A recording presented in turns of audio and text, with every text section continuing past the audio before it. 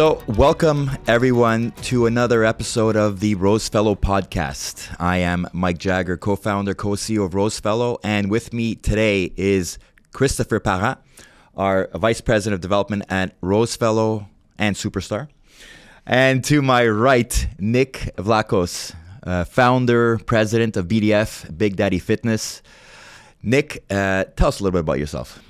This goes way back now. So, let's go into fitness where I first started, right? So, I was always into fitness. I was watching Arnold Schwarzenegger, all these bodybuilders, and I was always inspired by that, right? The big guy. Because I was always very skinny when I first started, too. But you weren't always in fitness. I mean, you were in the restaurant business. Exactly. Yeah. So, I was in the restaurant business and same time training, whatever, this and that. I never left the restaurant business. It's like a family thing. I'm Greek, right? Yeah. So, I was just following my dad's steps type of thing. But I'm like, I can't do this, man. I was getting just like, wake up in the morning, serving people the food. I'm like, I can't do that. So, anyway, so like, slowly, started going to the gym, getting good results, got some contact with people, giving some advices. I'm like, you know what?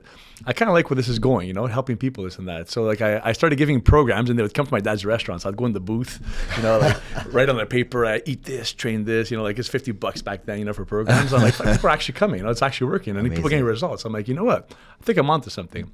And then I was pursuing more towards that field. And, slowly, I was tapering it from the restaurants, and my dad would get upset. Obviously, he's like, "I built this for you guys." I'm like, "Yeah, you built this for us. Thank you, but I don't want this though." He must have not liked that at all. He actually literally said, "If you leave, you're out of the business, and not everyone want to know anything." I didn't talk to my dad for 2 years. 2 years. Yeah. That's incredible. Yeah, man, it was rough. I'm not gonna lie to you, but I came over through it. I met my wife at 22. And she helped me actually push and say, just keep following your goals. And that's when I'm like, you know what? I'm going all out. I completely left the restaurant business. That must have been tough. That must have been tough to have your I sold family. My house. I had to sell my house. I wasn't making money. I lived in an apartment for 2 years. So to follow your dream. Yeah, I could. I wasn't. He wasn't taking back to the restaurant either, and nor would I beg back. I'm like that too. I'm not one of those guys that say, "Oh, please take him back." I'm like, you know what, screw it. I'll make it happen. I really want this, and I'll make it happen. So I was at the gym morning, night, trying to get clients, and then I figured something out. I'm gonna say on the air. This is pretty funny. I was at Popeyes, right back then when I opened at Saint Laurent, next to Powerflex. I didn't give a shit about selling supplements. I'm gonna tell you the truth, right? But I knew it was next to Powerflex. So I'm like, you know what? I'm gonna apply there part time. Clients will come there and say, I'm looking for a fat burner, this and that. I'm like, bingo, sell some meal plans. I'm next door. Smart. This is back then. Yeah. Anyways, yeah. So then, but you know what? It's about looking at something that everyone does, which is, I'm going to set up in a gym and I'll just give out programs. Yeah. As opposed to, let me take the other route. Of course. And be the first Popeyes person. Was busy. Exactly. Always. So I'm like, you know what, man? I give my business cards and that. And then I start getting people. I'm like, you know Hustling. what? I'll give you a training session with a meal plan. And then slowly, I'll taper off the Popeyes and go towards the gym. And that's how you built your clientele. And that's how I built my clientele. I started from there. And then after, like transformations, word of mouth, started growing. How long did it take before you opened your own gym? 8, 9, 10 years. 10 years. 10 years. Yeah, 12 years. 12 years. And then you took the leap of faith? Yeah, that's it. And that was during COVID. Lease. Which, man, it wasn't... no kidding. Yeah, well, you remember. Well, I think we all remember that. Yeah. It was one of the most frustrating parts of the lockdown, is how things kept opening up, but gyms was always the last one. No, first closure, last open. Exactly. Crazy. Yeah. Could never figure that one out. That's how I started construction during COVID. And I was shitting my pants. I'm like, holy crap, I put my house online, everything. And that's when I re-got my house. Everything was going well. Then COVID hit. I'm like, here we go again. Nic, you started before COVID. Yeah. So you set up everything together, got the gym, and then COVID hit. Like, I signed up the lease, everything, and then COVID had hit. I'm like, motherfuckers. I'm like, here we go again. I'm like, more bad luck now. And for some reason, during the whole COVID thing, gyms were always in the media. It was always this poor guy that went to the gym and then like cops show up and there was so much attention on gyms. Oh, yeah. It was like unbelievable. I remember, during COVID is when we, just before COVID is when we met. And during COVID, I would come and train in your garage. Oh, yeah. You had a I little literally setup. changed my whole garage. I literally cleared everything out. I went to Fitness Depot. I bought squat racks, cables, dumbbells. I'm like, screw this. I got to make some money, man. Also, at the same time, like I don't have anything else. I'm literally like, screwed, right? It was, it was crazy. All this just to train, but again, that goes back to the dedication and the discipline, right? Exactly, man. He show up cold outside, garage door open, and then my garage is cold. It's all like brick. Yeah. Fuck, it was cold. But you know what, man? Again, same thing. He'd come consistent day in, day out, and that's what it is, man. People who want to make it far in life, you all know about that. Hard work, consistency, obsession. You want to make it happen. Yeah, that's what it is. There's no secret, and that's a perfect example. You see, even during COVID, we still went through it. We did it. Nic, I got a question for you. Like, how did it's when your father said, I'm out, I don't want to talk to you, like if you're not following the family business. Disowned me for sure. How did he come back? How did that rekindle? Well, he saw me getting busier. Then actually I got my house, which is like that's when I got my myself back on my feet. Especially for that generation, our parents' generation, having a home. Oh, yeah. It's successful. You made it. You made it in life. Yeah. You have a house. Yeah, exactly. Yeah. And that's what they are, right? You have to work, get a house, and then go home to the kids. Yeah, there's much more in life than that. You know what I mean? So yeah, I mean that's what. And once he saw that happening, and then he started coming closer to me, and I still had like an anger with him a bit, right? But then I'm like, you know what, man? At the end of the day, he still raised me to be I think I'm a good person. Yeah. You know what I mean? I got family values, and he did do that to me, working hard. And so you know what? Take that away from That's him, exactly what I was going to say. The work ethic you have. My dad. Probably originated from that restaurant. 1000%. Where your dad would, Night and kick day. you in the ass and yeah. say, get out of bed, we're going to work. Oh yeah, night and day. My dad's a workhorse, and that's where I got that from. So I thank and respect him for that. Yeah, you know what absolutely. I mean? I mean, I have the same frustration. I remember I said the story a million times, 12 years old, my dad, up until that birthday, never got me anything. It was always my mom, give me a card, give me a gift. My dad would just sit back and say, you're welcome. And for my 12th birthday, my dad got me a card, and he was never one to get me any gift. So when I got that card, I was like, wow, finally my dad, he did something for me. It didn't come from me, it came from him. And I opened that card up and I saw my social insurance card. And I said, what is this, Dad? And he said, you know what, son? As of today, moving forward, every day off, every summer vacation, you're going to come work for me. I'm putting you on payroll. I said, but what about tennis? What about swimming? He goes, no more. He goes, when there's weekends, we're going to go to the country house. You'll ski with me. No more days off. No more fooling around with your friends. But I was 12. You're supposed to fool around with your 12. Of course, that's what you do. But that's, and I hated him for that. I hated him till probably the age of 16 because I had no days off. But that work ethic kind of instilled what was engraved in me, so that even when I made the choice to leave my dad's company to go into real estate and same like you, sell everything I had and move into the 1.5 of my in-laws, I never felt I could take any time off. Just because I was groomed that way to work hard. So in ways, as much as I hated him, I love him today for instilling that in me. Yeah, man, exactly. Yeah. So you talk about growth from being in at the restaurant to going and working at a gym to then opening your own gym, and now you're taking a huge leap of faith. Another big chapter in Nic's life where you're opening this mega gym. Yeah. I don't even want to call it a gym. Is it a gym or a health facility? It's a health, fitness, wellness center. It has everything, man. From spa to we're gonna have blood work inside to biohacks, which is basically cold plunge, cryotherapy, infrared sauna, state-of-the-art gym equipment, nutrition, meal planning in there, my meal catering service in there too. It's a one-stop shop. It's amazing to me because I'm so consumed by this. I know you are as well, Chris.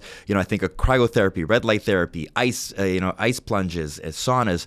I love this stuff. It's outside of real estate, I read so much about it, and you're gonna have all this in your gym. What made you take that leap to go beyond just training? I always wanted to be on top of the game, right? And I mean, just a gym, everybody has a gym, right? But everybody's trying to do the one-stop shop, everything. But it's how you set it up, what type of service you're going to give. And I had that goal since day one that I always wanted to open the craziest gym in Montreal. And we're coming right here. And you know what? And I love that because it's like you said, it's a one-stop shop. I remember when I was younger and I started to train, I go to the gym to lift weight, and I'd have to go somewhere else to get a meal plan. And I'd have to go to a store to get this, the protein powders and the creatine and the glutamines.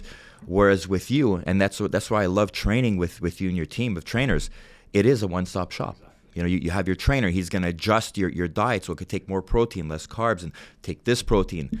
And do the ice plunge before, take the saunas. I love that all of that will be under one roof now. The most important, people don't realize it's the recovery. You can eat good, right, and train and get good results, but man, if you're not fully recovered, you can't push the same way day after day, right? Especially when you get older. People don't realize that, from sleep to, let's say, even doing leg compression. I'm gonna have that in the gym too, and all these things, man. You wanna feel like you can take on a day every day. You know what I mean? That's what it is, and the recovery is key, and that's why I want that second level upstairs in the facility. It's gonna be all spa, so people are gonna go up there. They just got a recharge center. You know what I mean, ready to go. And Nic, I got to tell you, I am so excited for your gym. When Mike told me about him, especially the fact that it's a one-shop stop, you got everything there. But working out, bodybuilding has changed so much, the industry so much, and the whole aspect of integrating biohacking. Now, I am a freak of a whole bunch of stuff, like cold plunge changed my life, red light therapy, first light, all that kind of stuff. What kind of biohacking aspects are you going to have, or what are you going to offer in the So gym? in this facility, we're going to have obviously custom meal plans. So if anybody's waiting at the front desk, you can have literally whatever. If you want 200 grams of meat and 200 grams of carbs, it's going to be done for you. The kitchen's in back, fresh, everything on the spot. But what about if someone doesn't understand that? What about if someone comes in and says, I want a meal plan, but I don't know how many grams of protein? Yeah, so then we do the consultations. So someone the does the best assist. thing, whoever comes to that gym will have consultations for free. That's what it is. We want to help everybody out. We want to explain to them how fitness works and what their goals are and what their body types is too. A lot of times people think, I'll give you an example. We can go on and on for this, right? People think, oh, I heard intermittent fasting is amazing. Maybe for you, maybe not for him, right? So that's our job to find what's best for you. That's what we do. So we explain to them, why do you need X amount of protein in your body? You have this much body fat, you have to get to this much body fat for being healthy. Unless you have a different goal. Some guys' goals, man, they're 12%, they're lean, and they want more. That's a different story. But, the average, and this is the truth, man, anybody like with the men from 20 to like 50, even a bit older, anything between like 13, 15% is amazing. Like that, you're going to feel like God every day. You know what I mean? Under that, your energy might go low, but aesthetically, you're going to look like a freaking monster. So it depends what you want, right? But 15 to 18 is a nice range. But if you want to look healthy and fit and like badass. So you mentioned something, to look like God. Yeah. You use that example. Yeah. How important do you think training is for everybody's day-to-day life? Like, how important is that for someone who's running a business, someone who's working, just someone who has a regular job? How important is training? The most important. Think about it, right? If you're not 100% healthy and feeling good, how could you perform? Right? Let's say if you're in a real estate selling houses, right? You're going your car, out of your car, coming out, and you look all like beaten up. It's very hard to sell a house that too. You got to be looking confident. When you look good, also, when you walk in a room, that's the first thing somebody notices, right? They're not going to notice anything else. It's how you look. Yeah. So if they look at that like, oh man, I like that. You know what I mean? So that for me, I mean, I'm in fitness obviously, but when you're in shape and you look good and feel good, everything around just clicks. Yeah. You know what I mean? It's like so, that's why for me it's so important. So if anybody asks how important, it's the most important. I think too, working out, bodybuilding, doing sports, whatever it is for you, it's not just a physical thing. It's a mental thing. 100%. And like, all these, the industry right now with antidepressants and all that stuff, go to the gym, work out. The feeling after is unbelievable. Be consistent. And then you start seeing your body change. And like you were saying, it builds your confidence, but it's that feeling you get after. It's just as much as a mental aspect improvement than a physical one. I've seen it to all my client transformations. I had people that are 300 pounds, drop them down 200, and they're flying, man. Yeah. They're saying with their wives, they're having more action. Yeah. And I mean, career is better. Guys, it's true, man. It's important. If you're not in shape, I'm sorry, man, but you know what? That's a lot of reasons why a lot of women leave the men too. Yeah. It's the truth, man. It gets sooner or later. Okay, it's good to have paying bills and going to restaurants, but you want a man next to you too. You know what I mean? And I'm not saying this. You have to be built. I'm not pushing that direction. Just be healthy. Be healthy, man. You want to be there for your kids, even when you're going to sports. You want to toss the ball with your son. What's the point? You know what's one thing that's frustrating to me to hear is when people say, I don't have time. Ugh. I've heard that since I started training. I don't have time. Parents will say, I can't go to the gym. I don't have time. I remember getting up. Now I'll get up at 4:45. I used to get up at 4 o'clock in the morning because I didn't have time during my day. I'd get up at 4 in the morning and I'd be at the gym at 5 because that was the only time I had. I made the time. Did I enjoy getting up at 4? No. Who the hell enjoys getting up when it's dark outside and it's cold and you're getting into a car and there's 20 centimeters of snow around your car, you got a shovel? It sucks. But, I made the time because that feeling when I'd finish a workout, and that was my boost. That was call it my Red Bull. That was my energy drink. Natural high. That natural high. Yeah. You know what? I became an addict to that. Obsession. That's what I was saying before. I was obsessed with that feeling. Yeah. And then now I took it to another level where I cut out drinking completely. And people are like, oh, you're not enjoying life no more. You don't have a drink. For me, it's more about always challenging myself and trying to do something that the others don't want to do. So not drinking for me, and now it's coming up on a year now. It's I never had a problem with it. It's just about saying, okay, I can challenge myself to do this. I'm going to challenge myself not to drink. I feel, and the feeling I have, that's my new addiction. I said mindset, that's what leads to business and growth also. That mindset. So you know what I mean? It's fun to watch it's fun to hear and listen at the people that are around you. At my gym, we have so many people entrepreneurs, right? People like that are business, like, huge in businesses, and I love watching that, man. Nothing. Yeah, and I think the aspect too is it's not just for 20-year-olds or 30-year-olds. As you get older, there's like a quest for comfort, which is it's the worst thing. You're like, Netflix is easy. I'm gonna watch Netflix. I'm gonna eat junk food. It's easy. You take the easy, comfortable route, but that's the worst thing. You're making it harder for yourself Digging down the yourself line. a faster grave, man. The harder you are now, the easier it's going to be later on when you get older. But you've been working out, your muscle density is bigger, bone density is stronger, your muscles are there. You'll have it easier down the road. I want to get back to this I'll call it the sanctuary you're building now. So you're building this right next to the Royal Mount Project. Correct. In Mount Royal, right? Yeah. I saw the location. Yeah. It's right at the end of the bridge where that comes over the Décarie. Tell me about why you chose that location. It's a location. I mean, you can see. I don't know. I went there, and truthfully told, what happened was when I parked my car there, and I looked around. I'm like, man, this is it. I just see that Royal Mount. Your gut feeling. I had this gut feeling. I don't know, and there's something about that, and it's not because it's next to a certain mall, whatever. I just love that area. I just find everything is like so key around there. I just have that vibe. I don't know how to tell you. And you know what? It's so central. You talk about the Décarie, the Metropolitan. You're at the end of the bridge. There's a metro right across the street. The metro's right there. Yeah. You're in TMR. Same here. When you told me that location, first word was perfect. Yeah. You have parking. You have access to a food court right across at the Royal Mount. I think it's great. That you're able to come across that location. It was probably destiny because you told me you looked at a few locations. Yeah. That just didn't work out with landlords and whatnot, and then this just came about. Took me a year. Yeah. And I was like over 20 locations, and I'm like, I have to sacrifice this. I'm like, and then I went there. I'm like, okay, boom. You know what I mean? So how important is the community aspect? The most important. Really? I'll give you an example. You see where my gym is right now, right? I'm like between like fruit warehouses. Literally, if you drive by, you won't even think it's a gym.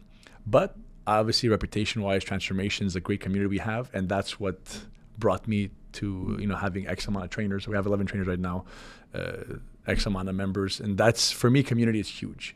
Getting everybody involved, one step at a time, help everybody, and that's what gets your word out. I like that word you use, transformation, because that's what I notice with the people that go to your gym.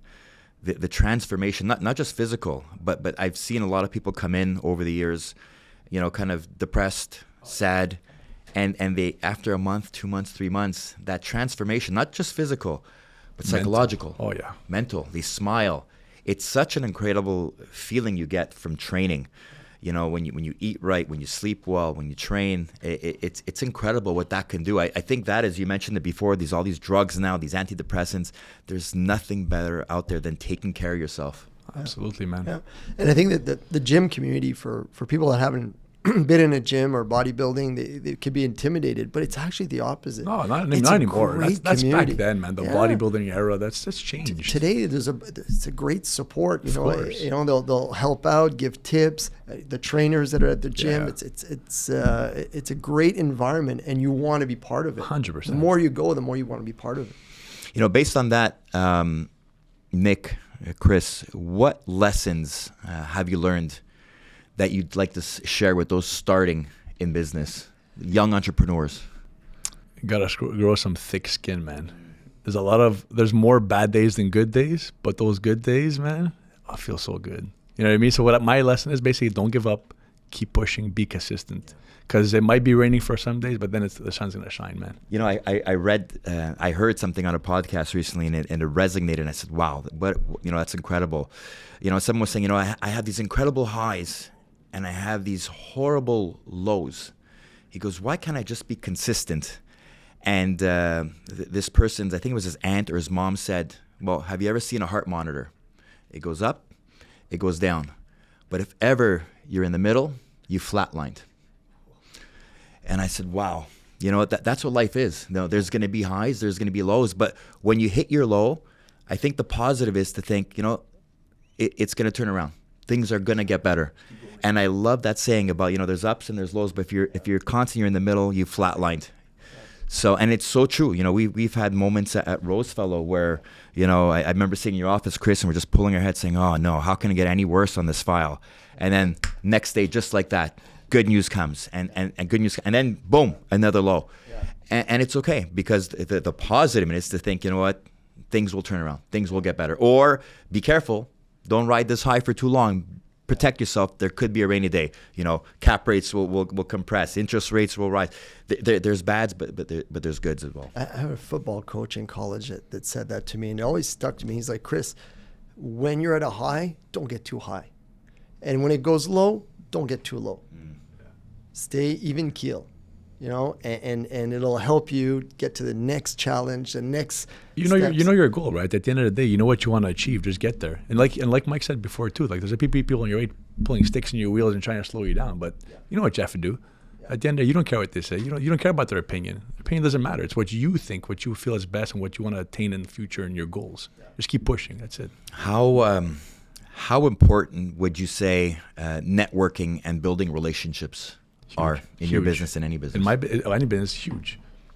The more people you know, I mean, the more you learn too, right? I mean, I met you guys, Sam, and everybody, and you guys taught me a lot too, even in business and everything, you know, like even for service-wise, and like you learn every day. So for me, networking, and it's so important. What I love about what you've done, Nic, it's way beyond just training and you know, and health and food.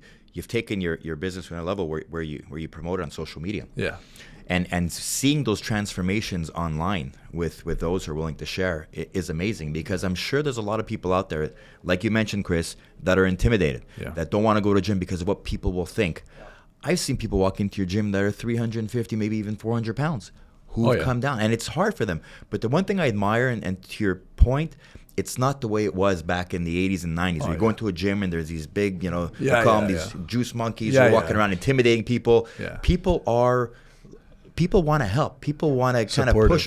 They want to support. I mean, I've seen people come in and it's like, hey, you're looking good. Exactly. You know, keep it up. Hey, I'll see you tomorrow morning. That goes so big, man. Just that little, man, hey, you're looking good. Keep it up. You know how big that is for that person? People don't realize that, but that little kind gesture, man, you just made that person's day. Absolutely. What you've done as well, Chris, I mean, you take your whole family to the gym now on weekends. This has been since COVID. Same thing. We started as a family once a week, an hour and a half, boxing, weightlifting. So cool. And we do it. And what the great thing about that, one, it gives the example to the kids. You got to take care of yourself. Look, your parents, they're doing it. And the other thing is, when you suffer together, you grow together. That's so true. So when we do these grueling sessions and we're like dying, at the end it's like big hugs, you know, we did it, then we go out for lunch, and whatever happened during the week, the tensions maybe between the brothers, whatever, it all disappears and we all feel amazing. Yeah, that's amazing. I started boxing with my son now. Because he was intimidated. He's like, Daddy, look at all those big boxers. My son's 13. He's thin, and and I'm like, okay, we're gonna do it together. So we go in the ring together with the coach, and we do it together. And you know what? He can't wait to get into your gym, and I'm holding him back. I'm like, you're 13. Wait, one more year, and we'll go to the gym together. But I love that desire he has to put, you know, health first, and he knows how important it is. So it's, again, lead by example. Yeah, well, that's it. You're the example, man. Exactly. Yeah. I remember being a kid and my dad would say, don't smoke. And he'd have a cigarette in his hand. Don't smoke. It's bad for you. What did I do when I was 15, 16? I'd go to school and I'd light a cigarette because I'm an idiot. But, you know, again, if he wouldn't smoke and tell me, that'd be a different story. But I thought it was hypocritical. So I promised myself with my kids, I will, whatever I tell them to do, I'm going to lead by example. Yeah, you can fix so much with working out, doing sports, moving. I mean, it goes back to what we're saying, mental health, confidence, everything. I just wish everybody could jump on that bandwagon and try and it. You don't have to be a gym rat like 5 days a week. No. Even if you're someone who never trained, that's 2-3 times a week, man, that's good. Yeah. That's good. You don't have to be 5 days a week. Yeah. It's going to make you feel so much better. Yeah. You know what I mean? That's why people, like, they're too extreme. They think of like, oh my God, I have to start training 5 times a week. I can only eat carrots and chicken all day. But come on, man. Yeah. Come on. You go get a professional help. Exactly. You know, and we'll guide you. So that's a great point. How do you handle setbacks or failures, both in fitness and in business? I try to find solutions, man. So I think at the end of the day, I stay calm. I like taking like 20 minutes to myself. If that ever happens, like either I go in my car, go for a drive, or I'll go somewhere. It's like close the lights and like just relax and just think about what happened. How can I fix it? I'll never complain about it to somebody or something. I'll try and really like myself, okay, how can I fix this problem? And then I'll get to it. I'm not gonna let it drag. Fix it right away. That's something you do a lot. All the time. I think the worst thing that can happen is you start getting down on yourself. You get down on yourself, it's like a cancer. It's a disease because it leads to other things. Well, this is not going well. You know what? I'll have that bottle of wine, because it's not going well. And it's the opposite. Things don't go well, I double down. Exactly. I'm going to make it even harder. I'm going to work harder. I'm going to get out of it. It's too easy to get in the path of, like the feeling sorry for yourself. My wife always says that. To the kids, don't feel sorry for yourself. Double down. Work harder. And it's so true. That's the way you'll get out of it, because it just leads to different things. Oh, I injured my shoulder. I can't go to the gym. Well, I'm not going to the gym. Maybe I'll eat a bit more sugar now. Exactly. And it just goes down this path. They want to find excuses. You find excuses. You don't find excuses. You find solutions. Yeah. I like that. I do the same thing. Whenever any problem occurs, it's okay. What can we do? How do we resolve this? Yeah. There may not be a solution that comes to mind right away, but if you go into a meeting, or if you go into a situation thinking, it's over now, we won't, we're done, forget it. That negative mindset will just linger. Oh, it destroys. It does. So to go into any situation, okay, good. We have a setback. What do we do? How can we handle this? What are our options?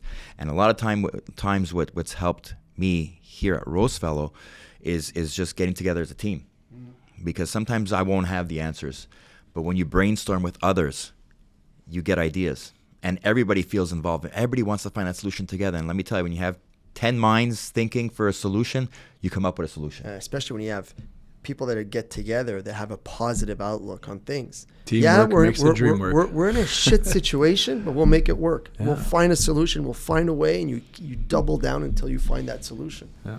What advice would you give to entrepreneurs about cultivating mental resilience, that mental strength that you have? What advice? Phew, that's a tough one, actually. It's not easy. I mean, when I think of that question, I think again, it's you need to take care of yourself. Going back to what you said, if you want to have that mental strength, that resilience to say, don't give up, keep going in business, in life, and in a relationship, you need to feel good about yourself. Yeah, and the best way to feel good about yourself, in my opinion, it doesn't necessarily mean you have to go to a gym. Go for an hour walk. Start off with that. Take care of your body. Some people say, I can't go to a gym. I have joint pains. I have this. Start walking. And if it's for 5 minutes, make the next day be 5.5 minutes, then 6, then 7. Start jogging or fast walking. I think if you take care of yourself, you'll get that mental strength that'll give you the power to kind of not fear certain things that you would without it. It's it's a tricky question too, because at the end of the day, not everybody has it in them. You know what I mean? A lot of times people will go for help, which is okay. Yeah. You know what I mean? Sometimes you might have a buddy that can help you too. It's fine. It doesn't mean it makes you weak or anything, because we don't have all the answers. And a lot of times building mental strength is not, you don't wake up one morning like that. Some people have it naturally, right? So it's hard to answer, but at the same time, it just stay positive and just keep pushing. Yeah, I remember a mentor of mine. He was the owner of a huge ad agency in Montreal, and I'm having lunch with him, and he's talking about exactly how to keep that balance, that mental balance when you're in a high stress job. And he was telling me a story that his secretary came to his office and said, so-and-so wants a meeting this afternoon at 1:00. And she said, I approved the meeting. He goes, well, no. I have my squash game at 1:00.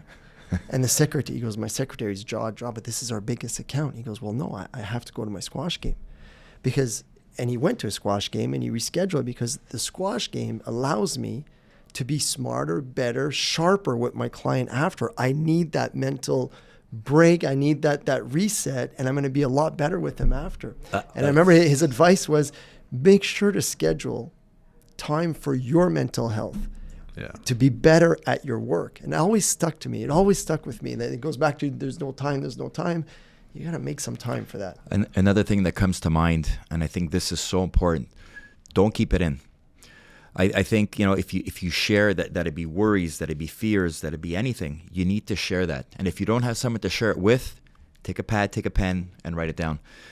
But don't keep it in. And I think that's what's great about mentors. Mentors are always, they won't always guide you to do the right thing, but they'll listen. And if someone can find that amazing friend or a spouse or a girlfriend, boyfriend, that person who just listens and is not there to criticize and just say, it's going to be okay, Nick. It's going to be okay, Chris.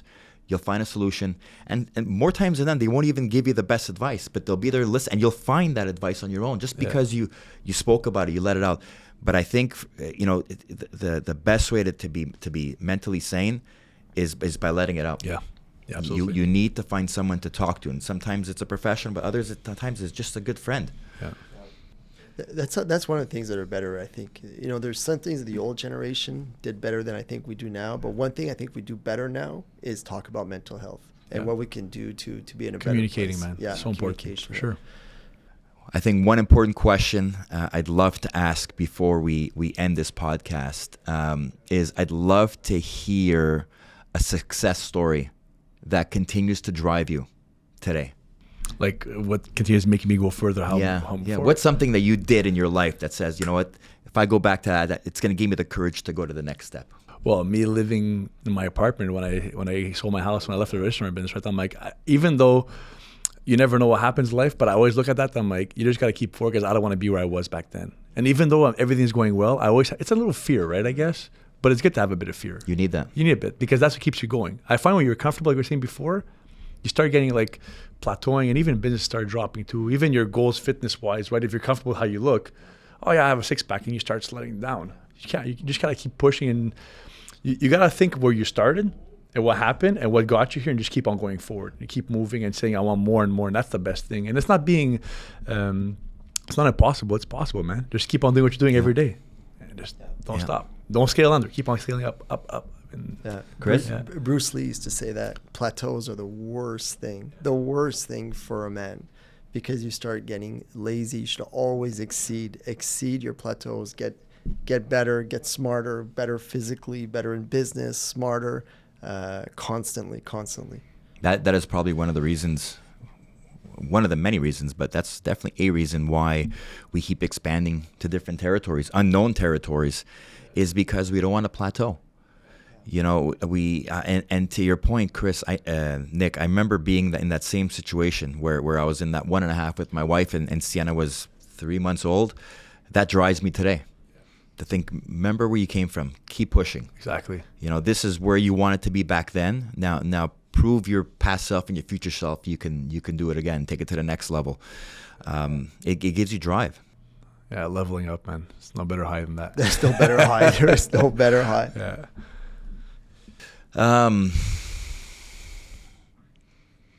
Let's see. What are some of the key takeaways from today's discussion, Chris? I find there's so much similarities between business and working out and bodybuilding. I find there's a lot of things that are so similar. And actually, I was listening to an interview with Flex Lewis, 7-time Mr. Olympia and big time bodybuilder, and he started an empire of businesses. And he was talking about that when you're working out, it takes the discipline and the consistency to do that extra rep.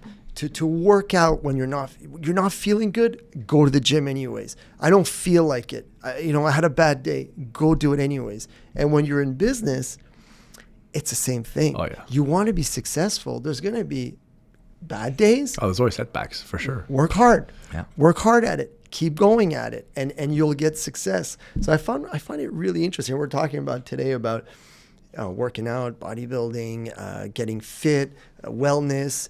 There's a huge impact on your professional life as well. Yeah.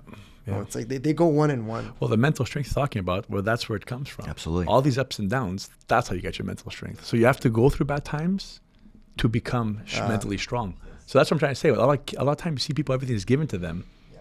No offense, but those are the weak-minded ones. They can't go through problems. So I like taking bad situations. It gets me stronger, man. At the end of the day, you know what? You take the pain, embrace the pain, and you move forward and you keep pushing. And then you get stronger mentally with that. So true. I agree with that. I mean, one of the takeaways is put yourself in uncomfortable situations. I haven't taken a warm shower in probably 6 months. It is such a shitty feeling, let me tell you. But it's like it pushes me to do things that no one else will do. And that's what I keep telling myself. Does everybody do this? Yeah, so I'm going to do the opposite. So we're gonna be wrapping up this great episode of Rosefellow's podcast. Nic, when is this incredible new gym, health spa going to be opening up? End of Jan, beginning February. All goes well around there. And if people want to know more about Big Daddy Fitness, BDF, how do they get to see you? So you can check out my social media Instagram page, Big Daddy Fitness, even BigDaddyFitness.com website, and I'll be all over social media. And unfortunately, going to say that I'll probably be on some of those Instagram posts because I'm always at your gym. So thank you for always keeping those doors open at 5, 6 in the morning. It's great. I can't wait for the new gym to open up. It's right next to our office, which is going to be fantastic for us and our team.